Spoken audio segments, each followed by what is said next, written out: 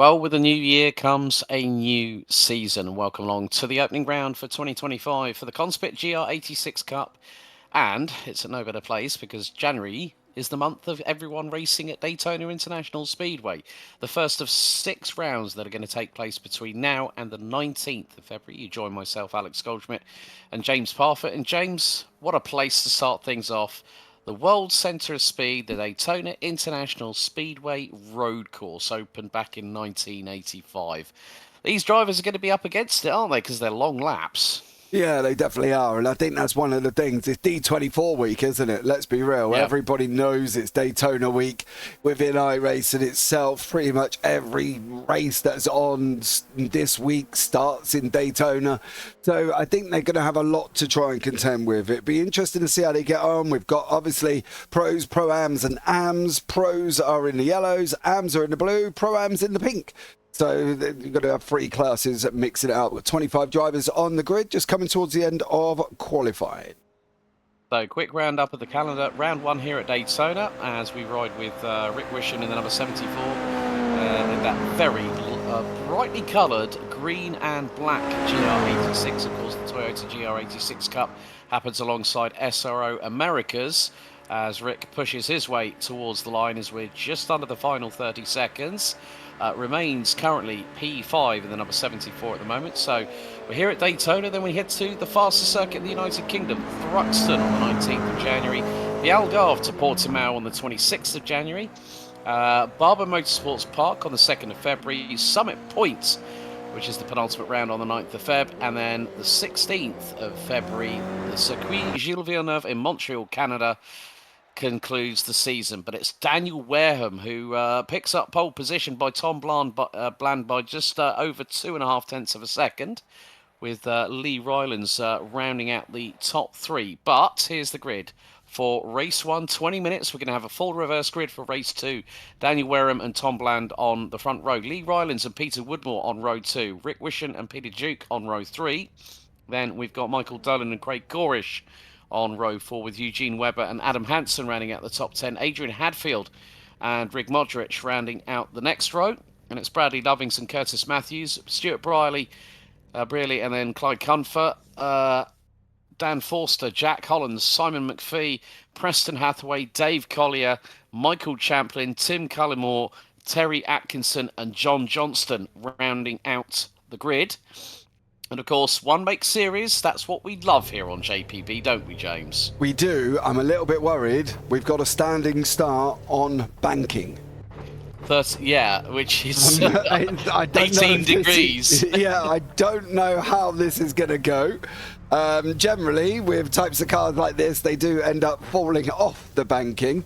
Let's hope some of the action doesn't take place before we even get down to the start line. So let's see how these guys go in this first opening race of the season. On the banking, standing start. Well, Rose in yellow, Pro-Am pink, and Am in bright Tron blue. Those are your associated colours for the timing goer. And look at the amount of wheel spin. It's worse than Brad's Hatch on a wet day. 18 degrees of banking, as there is some pushing and shoving, but Wareham's got a good bit of a jump despite the driver in the 73 Simtech car. But look at this, nearly 3 wide going into turns 1 and 2 on the opening couple of exchanges. Everyone trying to keep it neatly through before they head into the Rodriguez International Horseshoe here at turn 3. And you can see there's going to be side-by-side altercations all the way around. And is that... It's pretty wide. Threading the eye of the needle. Who is that in the middle? That's Rick Wishon. Rick Wishon, I think, is on the outside. Duke's in the middle. Yeah, Duke's in the middle. Woodmore to the outside. Duke got pinched a little bit, but now they go into the other horseshoe at T5, side by side again between Wishon and Duke. That's Tom Bland in the number 15, the privateer who was on the outside of the front row and definitely got some oppo when accelerating on the start-finish straight. But they now go on to the 31-degree banking off of turn number 8. And then it's going to be a long run here, James, where slipstreaming is going to be crucial, even in these one-make series cars on the run down to the Le Mans chicane. Oh yeah, you're going to see drafting anyway. That's a given, right? That's definitely coming here, and we're definitely going to see it. The question is how strong is it going to be? We're just about to go into the bus stop now. They're going to hit the curb on the exit on the right-hand side. Keep it tight. Go again. Easy to get a slowdown. They've got to be very careful. Now, this is where the drama and the whole story, should we say, the episode of EastEnders takes place on the rundown into turn one. Because everybody closes up together like that. They close up, and then all of a sudden they'll pull out, and before you know it, you've got 3 wide going into turn one. Look at the leader here, Dan Wareham, with Ryland tucked in right behind him. You're going to have Bland coming at him like an absolute banshee. He's going to go and try and take the inside at the same time coming into turn one. And Bland, I think Tom Bland is actually going to make that all the way through, and he's done a great job taking the lead. That's how important that draft is. Do you want to be in third on the last lap? If you're close, absolutely.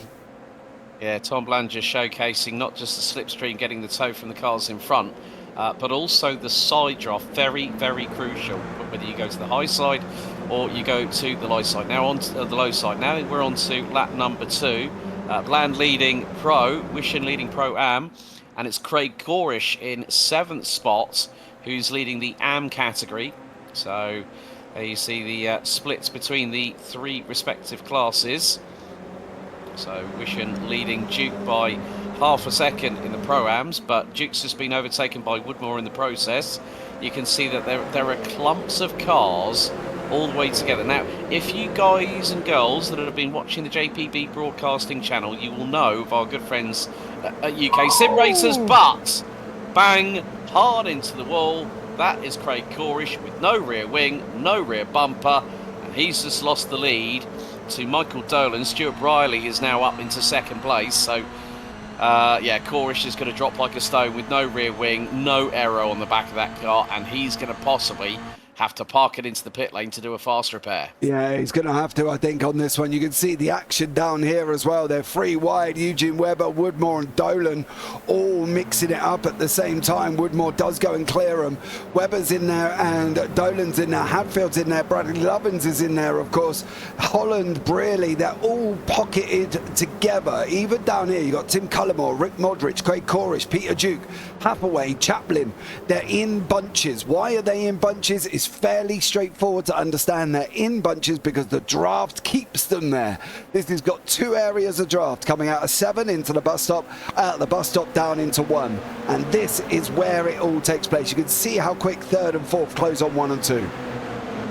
Yeah, and we've nearly got a 3 wide exchange going into those opening 2 corners onto the infield. Of course, it's as flat as a pancake, but you've got to be very, very wary of the curbing. If you go to the outside and you knock the curbing going into turn 2, as we ride with Daniel Wareham and the number 73 Simtech entry, right up the rear trumpet of Tom Bland, who early doors, well, the way things are going, he's going to find himself at the tail end Charlie of the field. Craig Corish in the Am classification.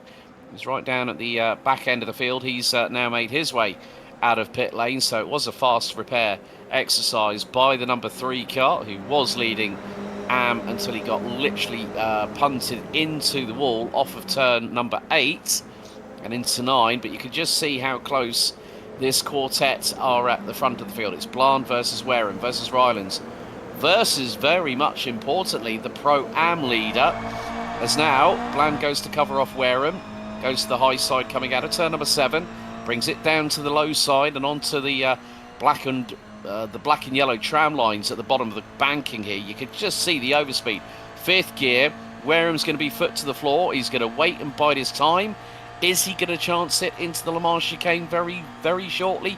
You can see they're pushing over 130 plus miles an hour in 5th gear on the brakes. Wareham's going to wait until the try-over once again as we come towards the end of lap number 3. Great battles up and down the order here, James. Yeah, that's expected all the way through. We've got these front 5 together. Then we've got Woodmore, who's got a group right the way down to 12th behind him. Then we've got Stuart McPhee, who's got another group of 6.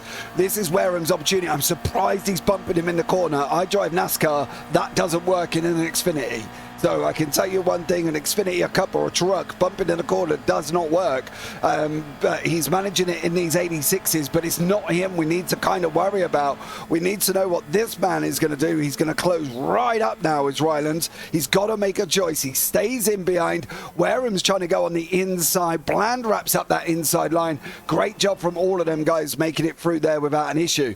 This is the other battle. Look at the clump we've got here. Lovins, Wishon, Webber, Holland, Hadfield, Foster, Dolan, Spreely, all in this mix, and it is literal chaos going on further down the order. It's like Daytona's the cat, and you flung these GR86s as the pigeons onto it. Oh. As Bradley Lovings, a bit of a hip check there for Eugene Webber, who runs a little bit wide. So it's now going to be 2x2, side-by-side hurrah into the kink here at turn 4. But Lovings is going to possibly lose out to Webber, well, to Holland, that is, as a hip check between the pair. Oh, and around! And around goes Woodmore. Around goes Woodmore. That was a hip check too heavy. Yeah. Oh, that was a bad one there, because he's just come off the side of the circuit. Preston Hathaway, I believe it was, had to take evasive action, and Michael Chaplin there at the same time. Bit of a bad rejoin on that one, but that was always going to happen. You're trying to lean on somebody going into a right-hander, and as you're leaning, you just bump them. This is why we try and say stay away from bumping in corners. You lighten that back end as soon as you hit it. If you don't hit it dead straight, you hit it on the right, hit it on the left, you're going to lighten the car, and that's the same sort of thing, side-to-side contact as well, which is what Lovins just had. Too much banging and shoving going on there, and they've got to make sure they can make it through a little bit more cleaner than that. Yeah, Woodmore actually got collected by Cullimore in the number 10 car, as Bradley Lovins has had a slight off-track. There's the next generation 205 GR86, piloted by Adrian Hadfield, who's currently running 5th, make that 6th, in Pro-Am. But you look at Dolan and Duke, who are battling door-to-door, paintwork to paintwork. Could they make it 3 wide coming out of this part of the banking? Not quite, because now they go onto the 2-degree banking on the back straightaway. Not too much of an well, it's going to be the try-over now. So we're on to lap 5, and still the top 4 are separated by about 9/10 of a second. What is Stuart Briley going to be thinking about here? Is he going to throw it up the inside or through the middle? No, he decides better of it. Just hold your position. There's still over 10, there's nearly 11 minutes of this race still left to go. This is the first opportunity for this new season for the Tanso GR86 Cup for people to score points. And more to the point, it's about get yourself on a good foot and get off on the right one, rather than causing more calamity, as we've seen with Corish, who got tagged in an incident that was not of his making. Woodmore having a bit too much fun alongside Forster, going into turn 4 and then turn 5, and then, well, the unstoppable force had to be hit by the immovable object on that particular occasion. Yeah, I think they've got to understand something. You've got 2 races. The best thing you can do for any form of championship is score points. You have to score points. If you do not score points, you are going to lose points. That's as straightforward as I can be. You want to come into the series with a mindset of, I'm going to complete the races. I don't have to win my class, but I'm going to complete, because if you're on the racetrack, you've got a chance of scoring points. We've seen it in other series where we've looked at 4 15 minutes, and every single person in there turns around and says their aim of the night is to finish the 15-minute races. They've got to come under the same attitude. They've got to get this first 20-minute done, and they have to complete the second 25-minute race. I still have to give credit where credit is due. Rick Wishen in the number 74, 2:07.302. The Pro-Am leader has the overall fastest lap of the race. Ryland's looking to the outside of Wareham.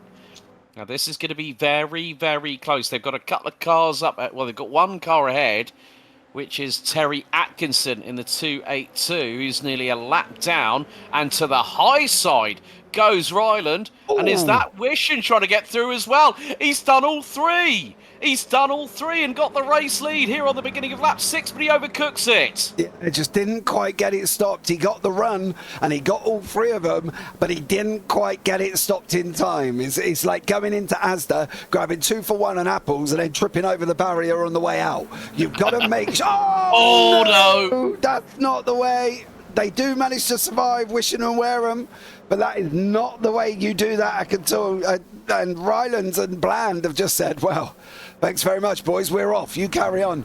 And that one... It's one never goes, especially in the Rodriguez International Horseshoe.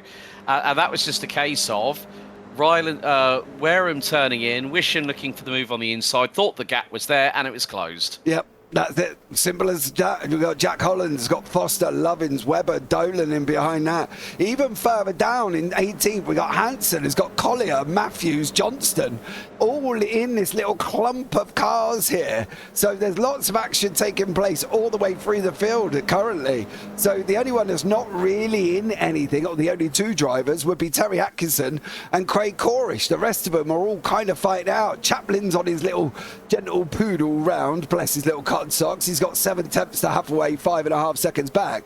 But if you look here, Wareham's got Holland not far behind, Foster's not far behind that, Lovins, Webber and Dolan's not far behind that. So a lot going on the race circuit already, and there's just so much happening on this track. And it kind of stemmed from the beginning. The standing start on a banking. You saw how the cars reacted. You know, I've seen it in an SR10 series, and literally one guy was done donuts on the start line because he couldn't get the SR10 off the line because it was on the banking side of things. I was going to say, did he find out that he was a lap down before he realised? You know, that can happen. Now, Forster is challenging Holland and has got Lovings right up his rear wing. So they're going to go through. Is there going to be a little bit of bump drafting? There might be here going through the tri-oval. So Bradley Lovings looking round the outside of Dan Forster. Can he do what Wishing tried earlier on and keep it pinned? He does. That is a great bit of driving there from Bradley Lovings, but it still opens the door for Dan Forster to try and get through by turn 4. If Lovings can go late on the brakes, but there's a bit of a hip check between him, and I think Holland and Lovings gets through. Just. Had to go to the outside. Why did he have to go to the outside? Because he needed the inside for 2. You go around the outside at 1, gives you the inside for 2. You then end up on the outside for the horseshoe, which is what he managed, but then he had the inside for the kink as well. So there's a lot going on in the way that you position your car here at Daytona. Think about what you're doing. If I take the outside in 1, I have the inside for 2. And then you're on the outside for the kink, and then that gives you the inside for the western horseshoe. So there's a lot of playing and a lot of to-ing and fro-ing on mindset here. You just saw Foster go a little bit wide. I'm not quite sure what's happened to Peter Duke and Preston Hathaway. Duke is on the side of the circuit there as well. It does look okay. There's a couple of cones flying around, bless his little cotton socks. I'm sure they'll go back. But you see the importance of car position here, Alex. You have to remember you've got lots to take on when you go on the outside or when you go on the inside. There's always the next corner coming up that you can capitalize from. Yeah, we are getting towards the final quarter of this 20-minute race as Daniel Wareham and Pro-Am leader Rick Wishing are still battling away for 3rd overall. Dramas for John Johnston, I'm afraid. He's dropped down to 24th position, and that puts him about 6+ seconds behind Peter Woodmore in the number 289, but still, Bland and Rylands are literally nose to tail at the minute. We're on to lap 8. I would imagine this is going to be the 2 + 1 to go. So 3 including this remaining. And, well, at the moment, Bland did the high, wide and M&M movement round the outside, did the old Slim Shady. Rylands now finds himself about 4 tenths back. So Tom Bland has definitely got some pace in that number 15 to throw it. That vicariously around the outside at T1 and 2. Yeah, but what he's got to do is be careful. See the car at the bottom?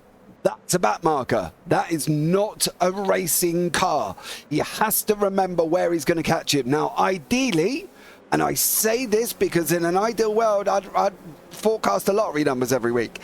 But ideally, he needs to get Atkinson either just after the bus stop because he's not going to catch him before, or he needs to catch him on the inside of turn one. If he can catch him on the way down into turn one, that will give Rylands then something to think about, because that mentality of, I have to go through, I need to go through. It's the same in an LMP2 lapping a GT3 in multi-class. The second place driver always rushes his moves because he needs to get through.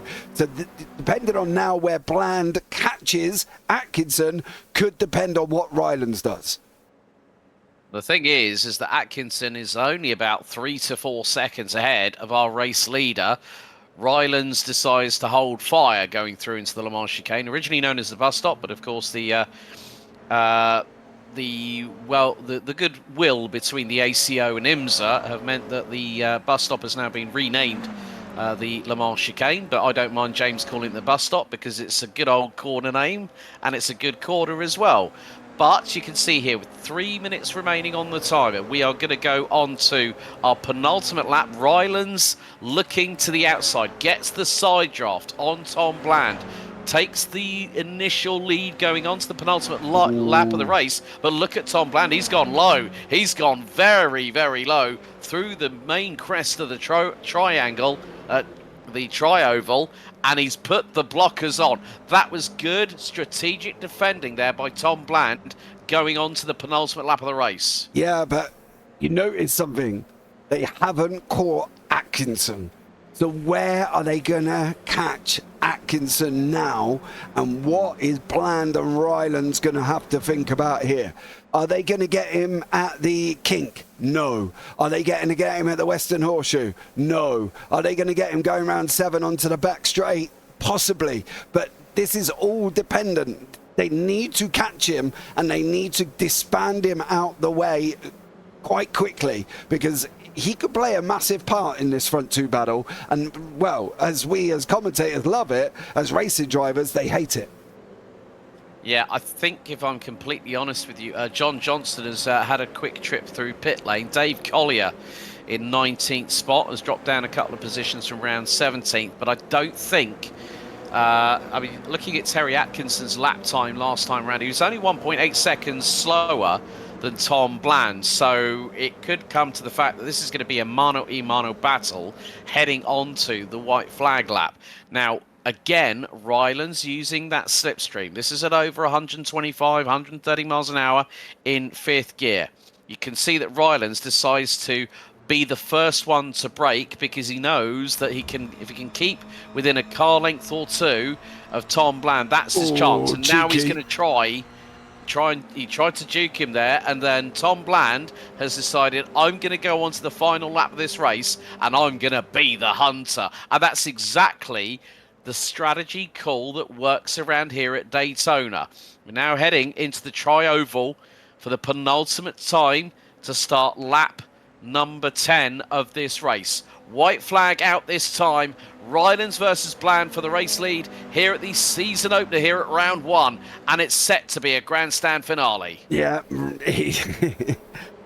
Bland made me laugh there. He reminded me of a cyclist on the oval circuits where they pull up to the top to allow the others to go through. Yeah. He did the same thing. The problem is the worst thing has happened in front for Rylands and Bland. They've got Atkinson on the final lap. Now, what do they need Atkinson to do now? Get out of the way, like straight up. Either move, brake, do something. There you go. He removed himself from the equation. Now, this could be one thing. It could either be an absolute masterstroke from Bland. He's going to follow him all the way into the bus stop. He'll come out the other side of the bus stop. Then he'll make his move. Or it could just go completely Pete Tong. And for Bland, he could end up still in behind Rylands anyway. At least he'll be ahead of him on the reverse grid next time out. Well, the time has hit 0. We are on the final throws. The drivers now making their way out of turns 6 and 7. Onto the 31-degree banking here at 8 and through into this part of the NASCAR circuit here at turn 9 before they go onto the slightly banked, not much, 2 degrees here on the backstretch. And this is what Bland is waiting for. Wareham is about 3 seconds behind. He's dropped Wishen, the Pro-Am leader, like a bad habit, but Wishen will very much take the spoils in the Pro-Am category. As we come out of the Le Mans chicane for the final time, it is going to be the run to the line. Here out of turn 12, Tom Bland pulls out of the slipstream. He's going high. He's going wide.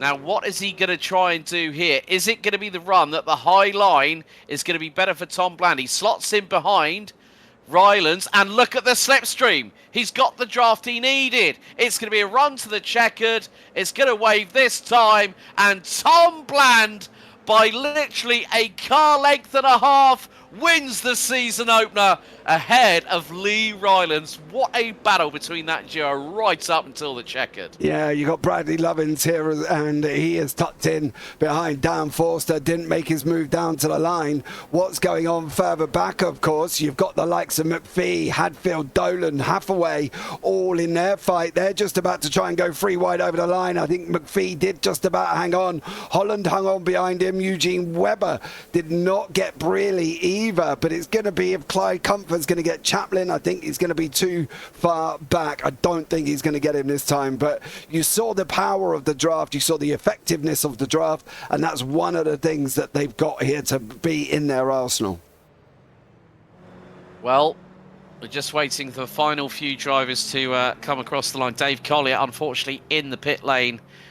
Terry Atkinson would finish a lap down, but 0.178 of a second separated our first and second placed finishers.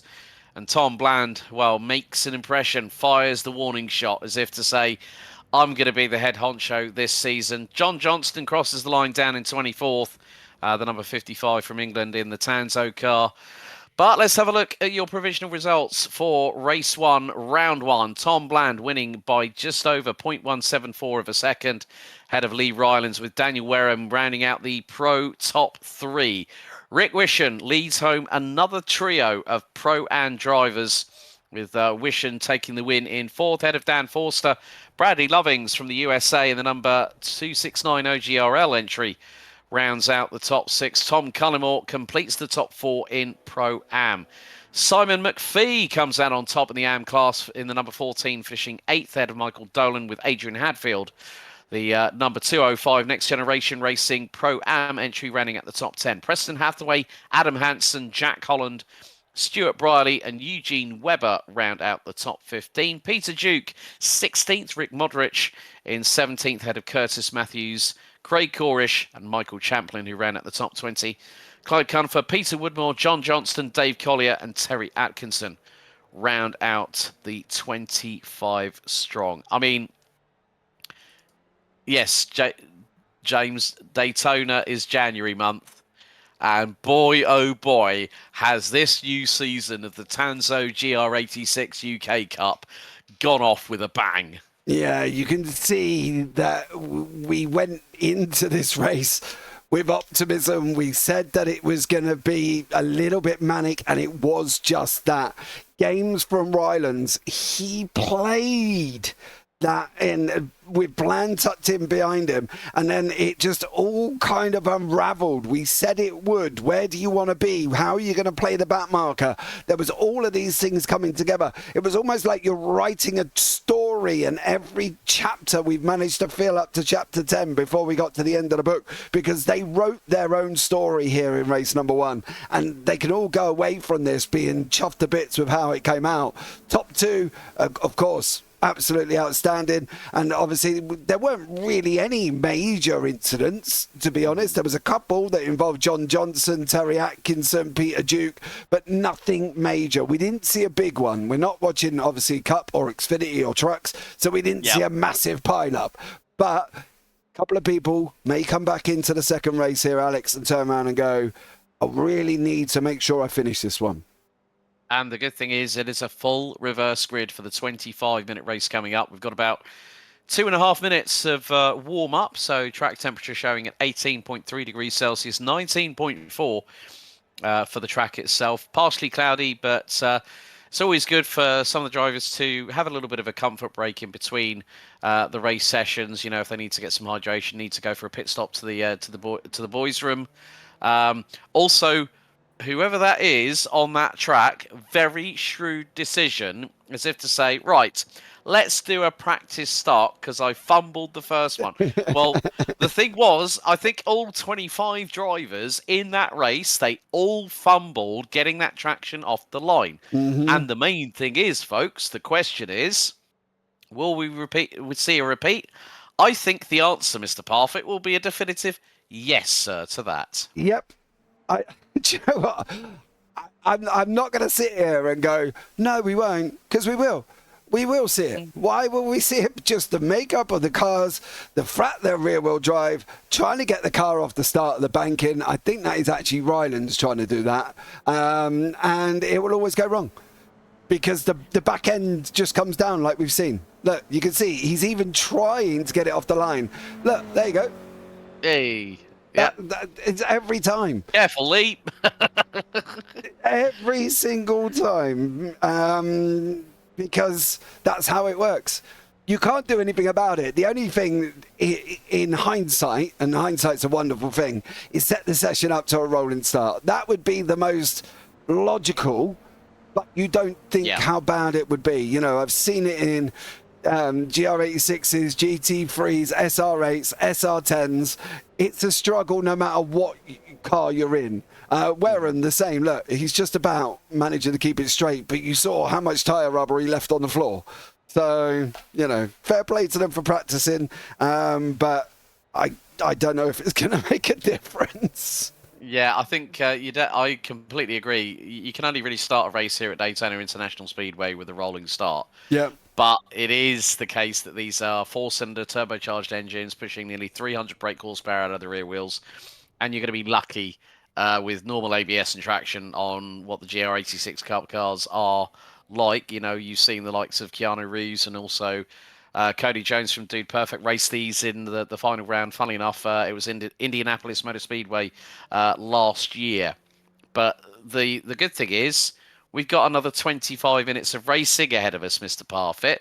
And what's more, well, can we say for the first time this season that someone might do a top gear from the rear because Tom Bland is going to start all the way down in last position? Let's take you through the grid for race 2, the 25 minutes adventure here at Daytona International Speedway as they all start lining up. Yeah, we have to give it a minute, unfortunately. It will not reset itself because at the moment it seems to think Dan Wareham is on pole position. So give it a minute, let it kick in, and everybody flip around on their heads, and then we'll be able to bring it through. The fact that we can bring them up, unfortunately, it's just one of them things with coming off a replay file. This race was run last Sunday, and we're doing it as we are currently. But yeah, so we'll keep an eye out. But I think John Johnson is up near the front with Terry Atkinson sitting on pole position, and I believe that's Peter Duke alongside, and John Johnson in there as well. So give it a minute. Here's the start. Well, 25 minutes of racing for the second race of round 1 of 6, and we're underway. Looks like the front row got an easier start that time. Decided maybe not to chance it. A little bit of wheel spin a little bit further back as we are going to go nearly 3, possibly 4 wide into turns 1 and 2. But Terry Atkinson leads Dave Collier into the first couple of corners. Duke in third. John Johnston rounds out the top 4 with Clyde Comfer now being overtaken by Peter Woodmore in the number 289. But Terry Atkinson and the TS Liveries GR86 number 282 leads for the moment, 3/10 ahead of Dave Collier. But what have you seen in the background, James? Rylands and Wisham have had a bit of a moment here because they've dropped all the way down the back end of the field. Atkinson's out in front with Collier. Now they've got about 1.1 second over Duke behind him with John Johnston. You can see the queue of cars after that. That's pretty much everybody else, okay? So we've got the front 2, then Duke. Oh, there's drama down here. Oh, there's a lot of drama. Oh, there is a big one. Yeah. And it's right on the inside of turn 5. Meantime, folks, hold on to your hats for this bit of news. Tom Bland started last. He's now up to 8th. Yeah. That says it all, doesn't it? That says it all. I mean, like, Tom Bland is here to make an impression. And there he is, number 15. He's already got past Craig Corrish, who's had a a better start to this race, even though the grid was fully reversed. But Dave Colley is looking to send it up the inside. Terry Atkinson down the backstretch, heading into the Le Mans chicane. Collier's nose dips in, so does Atkinson's. Duke is right on their case in third, and all three neatly get through the Le Mans chicane here at turns 10 and 11 and onto turns 12, 13, and then into the front stretch to complete lap number 1. Collier starting to break away early. Duke closing in under slipstream on Atkinson for second position. And more to the point, folks, we've got a Pro-Am leading the way. Yeah, Duke's overtaken Atkinson there. He kind of made it a little bit easier. I think Atkinson appreciates where he is and the fact he sat in the AM class, but he can still have a bit of a battle with these two DC Motorsports machines. Go on, son, pop it up the inside. Nope, he settles back down again. So there you go. Oh, Collier! Oh dear, contact between the two DC Motorsport cars. Well, it was one of them going for a spin and the other one had nowhere to go, and Atkinson went, thank you very much, I'll take that, and Bland is now up his way. Oh, there's another one in the background. Oh, dearie me. Now, who was that? That was Chaplin and Curtis Matthews, who has just thumped into Clive Comfort. Simon McPhee, sorry, has just thumped into Comfort on his rejoin. So that was all a little bit scary. Then, gentlemen, go away, have a think. Atkinson and Woodmore now out in front. Johnston is starting in third. He's not up 22 places because he was up near the front end of the grid. It's just obviously where the reverse kicked in. And Ryland has ended up back down in 21st, so he got caught up at the same time did Lee Ryland. So but Bland still in 7th. Yeah, it looks like it was. You were right on your first assumption. Champlin and Comfort came together, but McPhee did exactly the same thing as Champlin, just completely spun the back end around and went onto the grass off of turn 2 as Tom Bland, again using the high line. Now, this is the way that he activated the slipstream against Rylands in the opening race on the last lap.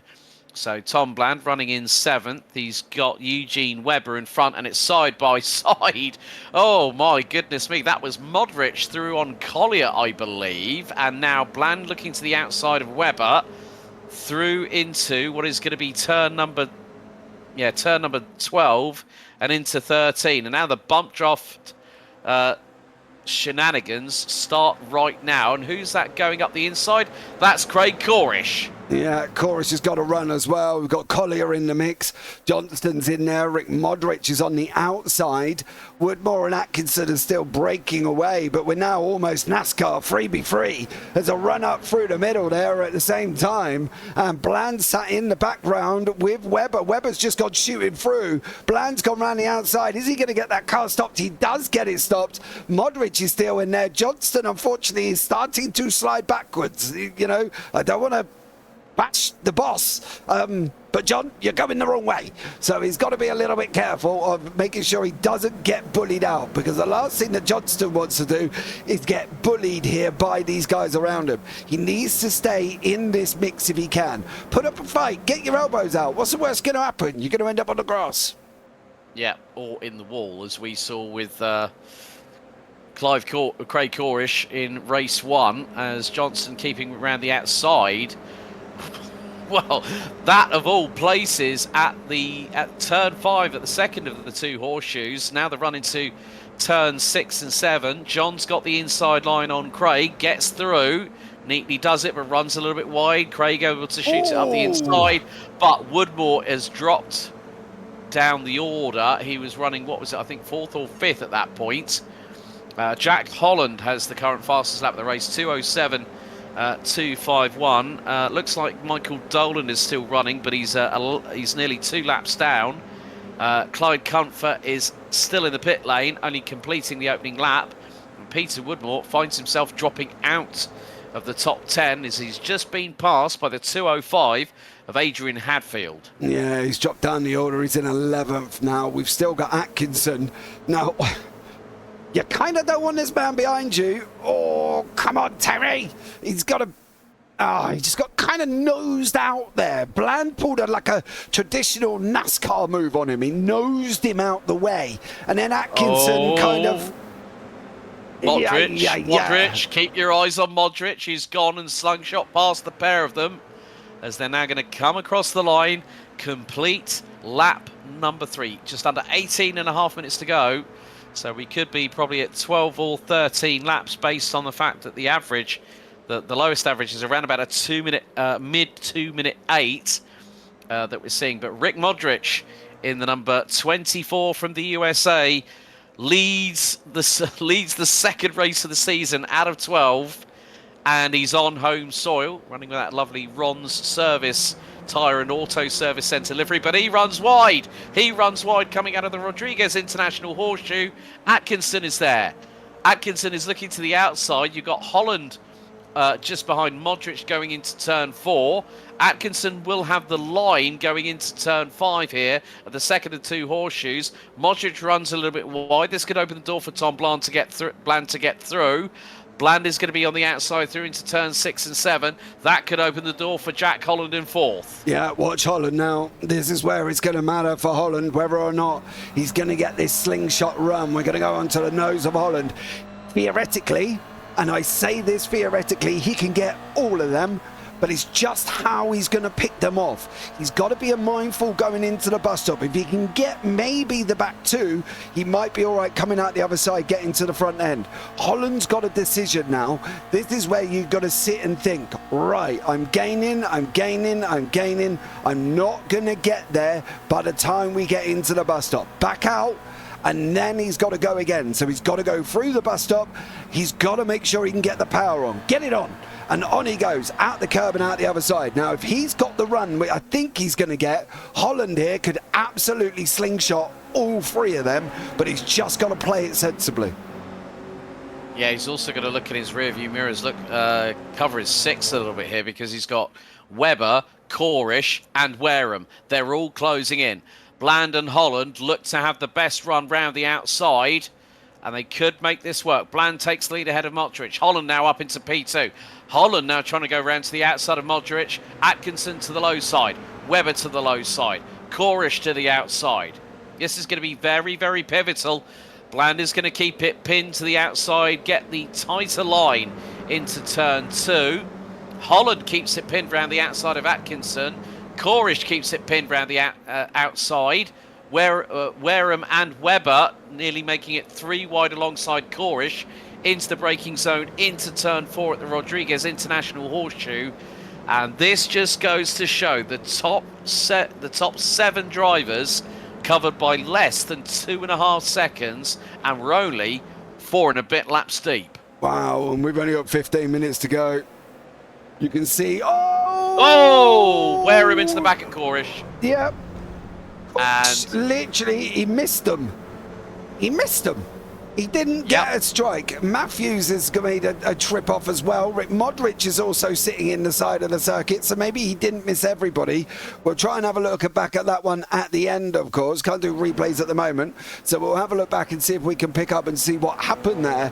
But it's the pack racing mentality brings you into the if gap car mentality, which brings you into, hey son, I'm going to knock you off the racetrack. And that looks like what we've just seen there. We have still got the Hadfield, Foster, Wishon, Hanson, Lovings, Brearley situation going on. So these guys might be able to give us some racing within the next 14 minutes. But I do expect that Bland, Holland, Atkinson, Webber and Wareham gap to start coming back down again.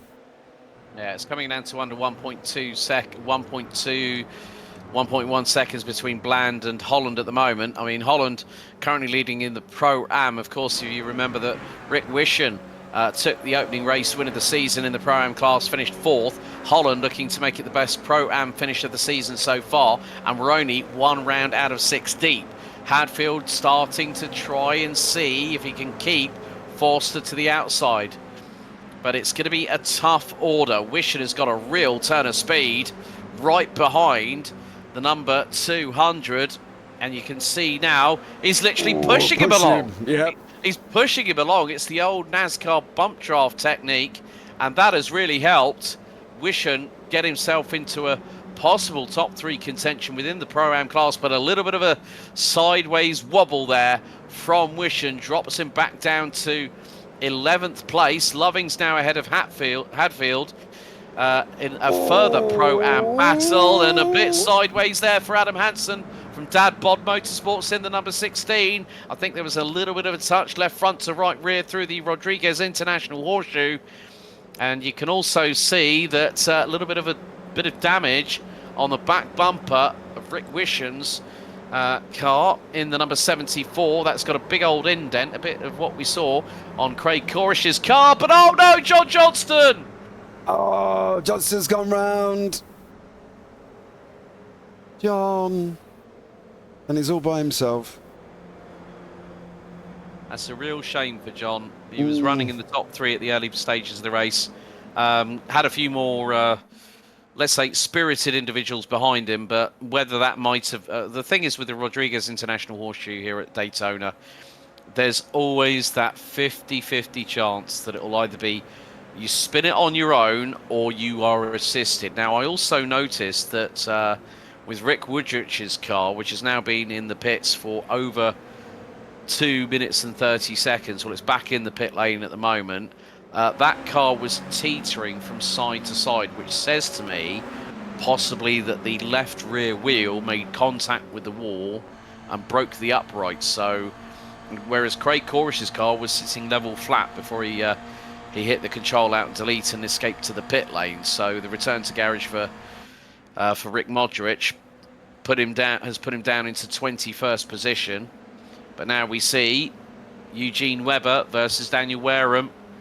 So the number 23 versus the number 73.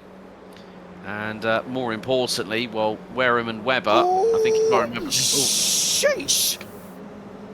If I remember correctly, is Eugene Webber, I think is he in the pros or is he in the Pro-Ams? Pros. I've got him as a pro. Okay. He got very, very close to Wareham there, and then he hit the brakes, and Woodmore made the most of it.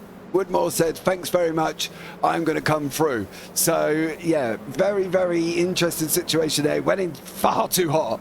Literally, he went in like my bourbon when I'm putting him a cup of coffee at a speed of knots. And unfortunately, he managed to get it again. He's got again, look, just too hot.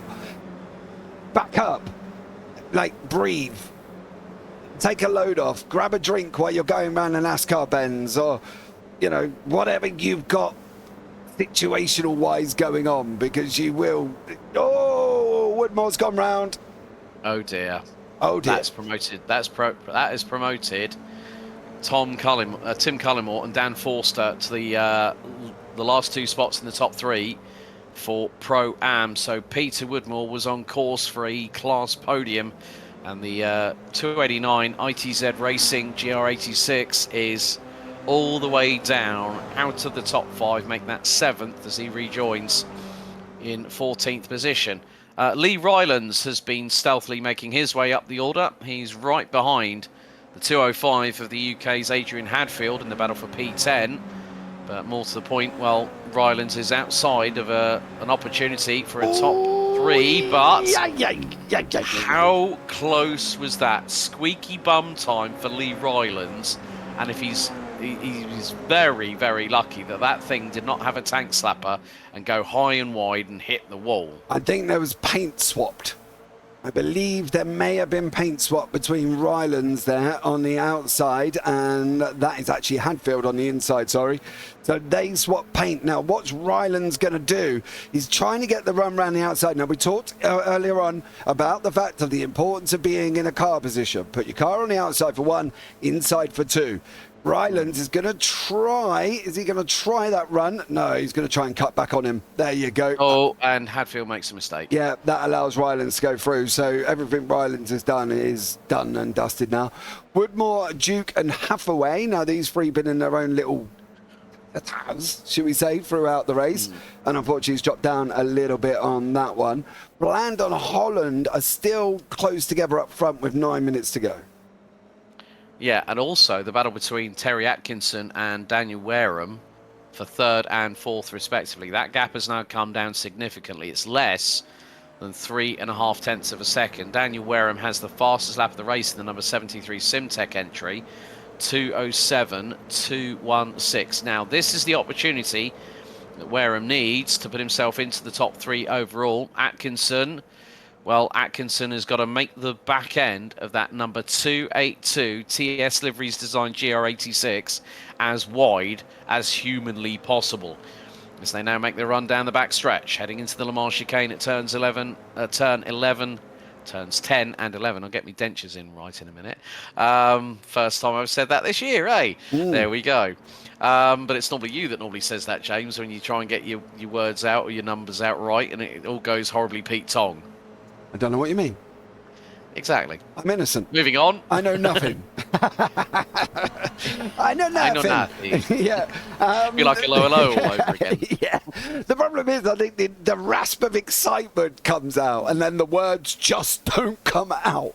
So, you know, look, we try. But at the end of the day, we've still got the racing going on. Wareham and Atkinson have come together. Webber's 4 seconds with Cullimore, and then Foster's kind of on his own, wishing and loving to fighting out at the same time. But Bland and Holland are coming in with 7 minutes to go side by side. Atkinson's still in the mix as well with Wareham and Cullimore, and then Webber is still tucked up here at the same time. And Cullimore just got it all crossed up and wrong, didn't he, there? Coming through turn 1, big lick of speed. He turned it in, the back end was not compliant. Went out to the right-hand side, and Eugene Webber now gets the run into the Rodriguez International Horseshoe at turn 4. So the number 23 gets back past the number 10. This has been a great battle between them. We've also got the battle for what is 4th place in the Pro-Am class as well. Wishen versus Lovings. That's Rick Wishen versus Bradley Lovings in the 74 and the 269. They're still trying to play musical chairs as they're making their way through into the next right-hander. So this will bring them through the second of the 2 horseshoes. You can see the scars of battle on the back end of the 74, the tailgate and the back bumper slightly indented on the inside for Rick Wishen after contact earlier on in the race, but with 6 minutes and 20 to go. Adam Hansen has just had a drop of a couple of places, slight off track for the number 16. But, well, we had one grandstand finish between Messrs Bland and Ryland. The same is on the cards here between Bland and Holland as we go into the final 6 minutes. So we are going to have, I think, probably a maximum of 12 laps to be completed. Holland down to the low side, Bland to the high side, keeping as close to the wall as he dare, but not scrape any paint off of that car. And now Holland gets through for the race lead, but Bland using the tactic we saw in the previous race. But only this time, there's still over 5.5 minutes plus change left on the timer to go. Yeah. Now the games begin, shall we say, because this is where the games are going to get played, you know, for Bland, obviously out of race 1, played the game with Rylands. Is he going to do the same for Holland? Is Holland going to be the first Pro-Am victor overall of the season in round number 1, race number 2? There's all of these things taking shape. Webber's in here. You've got Foster, Cullimore, Atkinson, the Am, still up here as well, fighting it out. He's ahead of these 4 that look for what... Oh, no. Okay, so they look well, they were nearly 4 wide. Nearly 4 wide, but there's still action all the way through. So this is where the games start playing. This is where, as a driver, you sit in the car thinking, where do I want to be? How do I want to play it? What do I want to do? What's the situation? What, you know, there's all of these things taking shape in your brain, and you're trying to drive the car. Yeah, well, the thing is, Webber's got to worry about who is closing on his back bumper, because you've got Rick Wishen and Bradley Lovings. They've decided to indirectly work together. We ride on board with the 200 briefly of Simtek's Dan Forster, who's currently rounding out the top 2 in the Pro-Am classification. There's Bradley Lovings right with Rick Wishen. And then you've got, I think that's one of the back markers. I think that's Rich Modric, who was in the pits for the best part of nearly 2.5 minutes on pit road. Webber closing in on Cullimore. He's weaving from side to side behind the number 10, trying to put the frighteners on him into the Le Mans chicane. Vision shows his nose and dives up the inside of Webber. And Lovings gets through round the outside of the opening part of the Le Mans chicane. Oh, Cullimore knocks off a cone. Could that potentially be a slight skirting of track limits? Looks like he's got to slow down. Yep. Anything taking the cone out, I would have thought it would be good night Vienna. He's going to have to back away like he is. You can see him slowly drifting out of the picture there. But he's got to make sure and not do what I did the other day and didn't get the slow down off in time and gave himself a stop and go. So he needs to make sure, don't ask, he needs to make sure he can get it off in time as well, because at a high-speed circuit, very difficult. Wishon is getting a big old push on that outside line with Lovins. You've got where Foster, I think it is, on the inside. It is. Yeah. So this is all taking shape. 2.5 minutes to go. The lead, as you just saw go around the international horseshoe. Wishon's going to have the inside line, which is where he needs to be. But Lovins has got to try and program himself to do something. What does he need to do? That he needs to stay alongside Foster, going down into the Western Horseshoe, because he needs that inside line. Yeah, and also with the fact that the race leaders are still less than 0.3 of a second apart, as we are on the penultimate lap of this second race for round one of this first season for the Conspit GR86 Cup in association with Tanso Racing Group.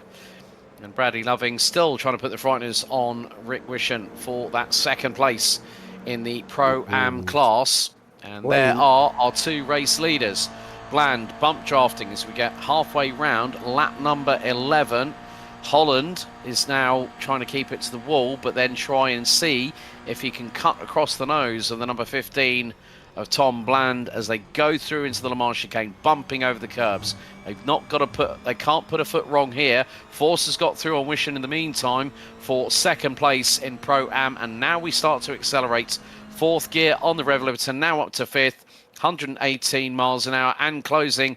Here comes the rate of speed, the slipstream that Tom Bland wants against Jack Holland. It's Pro-Am versus Pro in the battle for top honours in this second race, as we are going to head onto the white flag lap here at the Daytona International Speedway road course. Just over 3.5 miles to go at the World Centre of Speed. Will Bland wrap up a top gear from the rear and do the double tonight, or will Holland keep him at bay? Do you know the problem with that is Bland was playing Holland. He didn't want to go. He could have gone, but he didn't want to. Now, if I was Holland, knowing that Bland's going to come at me, there might be just a slight little lift somewhere. There might be just a little, ooh, I made a mistake. You go through, son. Before getting in, after you. You know, it's like the Hamilton Verstappen incident. I can't remember which DRS zone it was. Somewhere on a racetrack in one of the countries where they were playing, like, to you, it was almost like the Chuckle Brothers. It's Cheddar. Yeah. So this is what I would do if I was Holland. I'd be like, oh, I've run wide out of 7. After you. You know, that's what I would be playing about now. Well, 10 seconds on the timer. We are going to run out of time very, very shortly. So we're on the 12th and final lap. Tom Bland right up the exhaust pipe of Jack Holland. Coming through out of turn number 12 into 13. And you can just, into turns 8 and 9. So they've come out of 6 and 7. So out through the infield, onto the backstretch for the final time. Now the mind games really come into play. Tom Bland looking possibly to the inside of Holland, but he's going to line him up for the drag race to the checkered flag here on lap number 12 through the Le Mans chicane. It's just 2 more corners, then the front stretch to worry about. 31 degrees of banking that'll even out to 18 degrees. And now Bland again goes to the high side. It's the same playbook he used against Lee Rylands in the opening race of the season. Oh, there they are. And now it is going to be, so here we go. Run to the line. Bland to the inside once again. Here comes the side draft. And, well, would you believe it? It's going to be even closer. Closer than the first race, 80 thousandths of a second. Tom Bland does the double, and it is the first top gear from the rear to victory lane here at race 2. Jack Holland denied by 8 Oh. 100ths of a second after 12 laps. Folks, you ain't seen nothing yet. That's just a taster for the next 5 rounds. Yeah, there's lots of action still taking shape here at the same time. You can see coming towards us, Duke's on the right, Hansen's on the left, into the Geico restart zone. Who's going to get it? I think Duke's got it. Duke got it that time around, but he played the same line.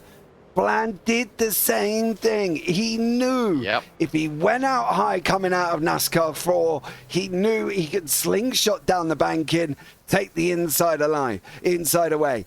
Do I agree necessarily being below the apron? Probably not, because technically you're off the circuit. But hey, rules are rules. Let's see what goes on after this. But I think at the end of the day, that was a great fight, and Holland should have lifted. He should have let him through. That's what he needed to do. He needed to play the game that I said. He needed just to go, "Ooh, I've made a mistake. After you." Or just lift. Or, "Oh, no." What was that? What was that? To me, to you. To Chuckle me, Brothers. to you. There we go. The Chuckle Brothers. Yeah, carrying a ladder in the house. They were trying to get through the door, and one was going one way, one was going the other. But that's what he needed, Holland. He needed to play that game, Alex. He needed to lift and let him go, and that's the thing, I think, for him. Well, 2 barnstorming close quarter finishes. Race 2. Once again, the number 15 of Tom Bland takes the race victory. It was just under 2/10 last time. This time, in the adjusted results, 90 thousandths of a second ahead of Jack Holland, who would pick up the Pro-Am win. Daniel Wareham would round out the overall top 3 in the number 73 Simtech, with TS Livery's Terry Atkinson taking the AM class win in the 282. Well done, Terry. Great job out there, buddy. Lee Rylins would round out the top 5 overall, and also would round out the top 3 in the Pro class, with Eugene Webber rounding out the Pro classification in 6th overall, 4th in class. Bradley Lovings and Tom Cullen will round out the podium in the Pro-Am classification in the 269 and the 10 respectively. Peter Woodmore and Stuart Briley round out the top 10, with Briley taking 2nd in AM. Dan Forster 11th, ahead of Preston Hathaway in the number 22 Privateer entry, round out the top 3 in the AM class in 12th, with Peter Duke, Adam Hansen, Rick Wishen, Curtis Matthews, Dave Collier, Michael Dolan, Rick Modric, Craig Cornish, Clyde Cunfer and Michael Chaplin rounding out the 25 strong. Unfortunately, Cornish, Cunfer and Matt Chaplin unable to make it to the finish. Well, James, what a way to start off a new season of the Conspit GR86 Cup in association with Tanso Racing Group here at Daytona International Speedway. What a first race of the season, and there's still 5 to go. Yeah, and we're going to the best one.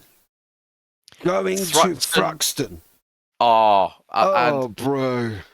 All I can say is, folks, I went to Thruxton a couple of years ago for the British Touring Car Championship, but also for the race for MND, which was about motor neuron disease, with a good friend, Bill Williamson, obviously, who's a good friend of David Brabham. But Thruxton is going to be fast. It is going to be challenging.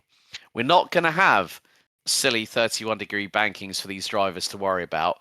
But, James, just give people a taster of what we could expect at Thruxton for the next 2 races at round 2. Let's just put it this way. You are in for a treat. There is a lovely chicane at the end.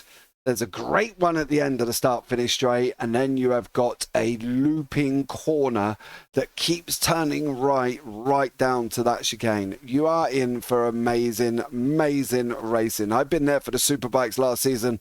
I was there for the BTCC last season as well. It is nothing short of an amazing circuit, so definitely do not want to miss this Sundays. Well, folks, that rounds up the action here for round 1 of the new season here in 2025 for the Conspit GR86 Cup in association with Tanso Racing Group round 1. So join us on the 19th. That's this coming Sunday, 8 p.m. UK time, where we'll be going full throttle and right to the wall at Thruxton in Hampshire. Don't forget, there's still plenty of racing action to tune into here on the JP Broadcasting Network. A big thank you to James being alongside myself, Alex. We look forward to seeing you next time. Race hard, race fair. And if in doubt, well, it's time to go flat out. We'll see you next time. Thanks for watching.